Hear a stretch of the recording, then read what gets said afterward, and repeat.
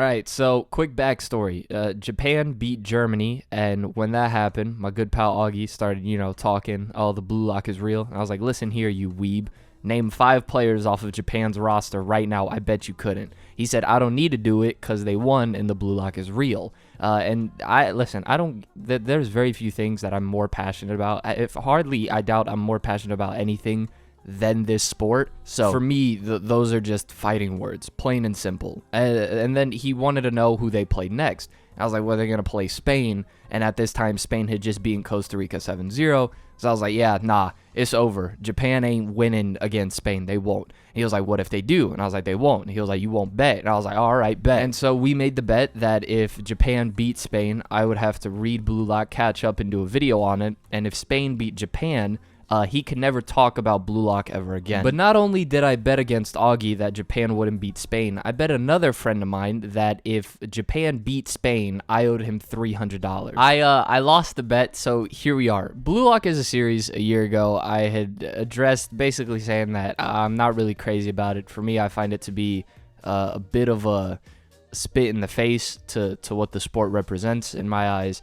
But this time around, reading it through, I will say my perspective on it has changed a little bit, being that I understand that this is a fictionalized version of the sport. Of course, things are going to be exaggerated, and my focus when reading the series wasn't regarding some of the things that it had to say regarding certain technical aspects of the sport that obviously are, it's striker focused, especially for a good chunk of the story. And so as a midfielder myself, I had to put aside my personal feelings and just sort of view the series for what it's actually trying to communicate.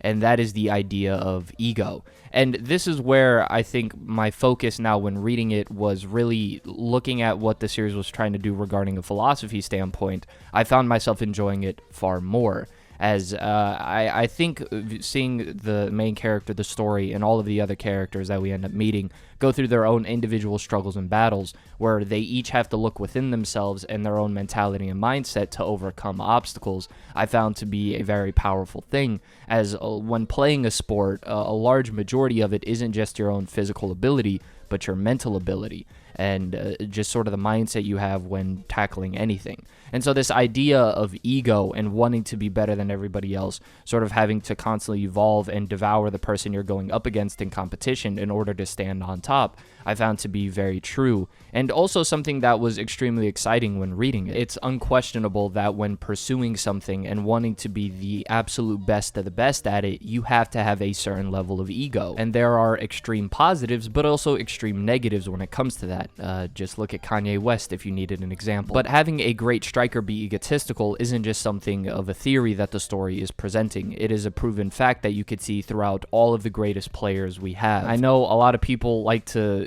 have this narrative in their head as if Messi was this perfectly humble person, which you can be humble and have an ego. Hate to break it to you, but trust me, watch when Messi gets angry.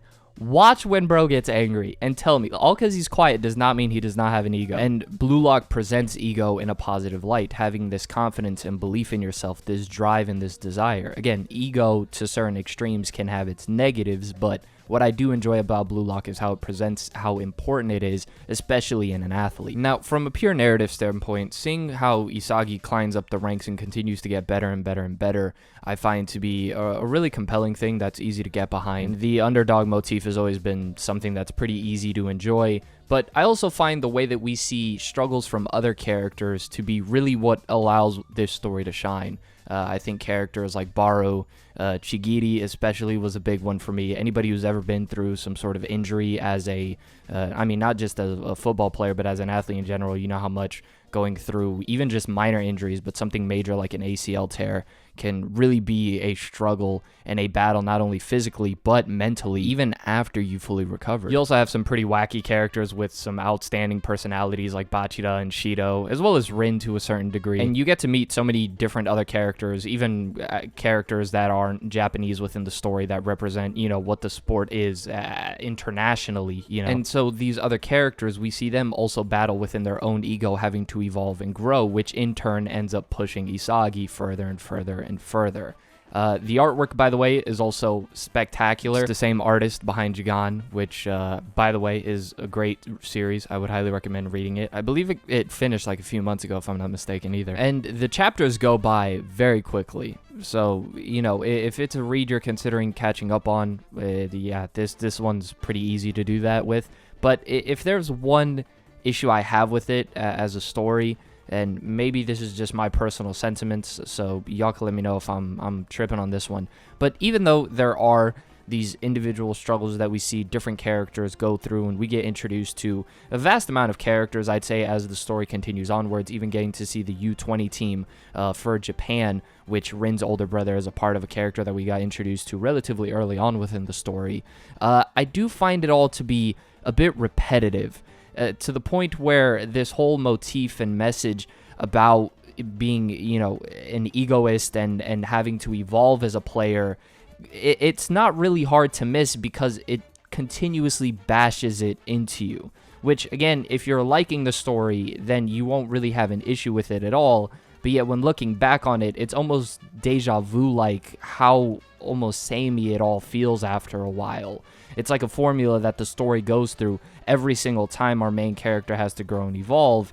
Just, there might be slight differences here and there, but overall, I don't find it to be different enough to break the pattern that it's sort of developed as a story. Occasionally, we'll get a backstory to one of the characters and as to why they ended up falling in love with the sport and playing it and where they got up to this point, but even that becomes a bit of a pattern. But despite that, it didn't take away the enjoyment from me too much, as again, once you find a character that you relate to a little more than others, if you've ever played a sport or pursued something with a certain degree of extreme passion, then, you know, it'll be a fun ride throughout. Now, regarding sports manga, I would recommend something like Slam Dunk way before I'd ever recommend something like this, but I would still recommend this. In fact, I'd highly recommend it to anyone who's ever gone through mental struggles when pursuing a specific sport, or has ever gone through some sort of injury, or you're looking for any sort of motivation. No matter what stage you're in, whether it's at one point you pursued a sports career, you're pursuing it, or you're thinking about pursuing one, definitely check this out, as I think it will offer a lot of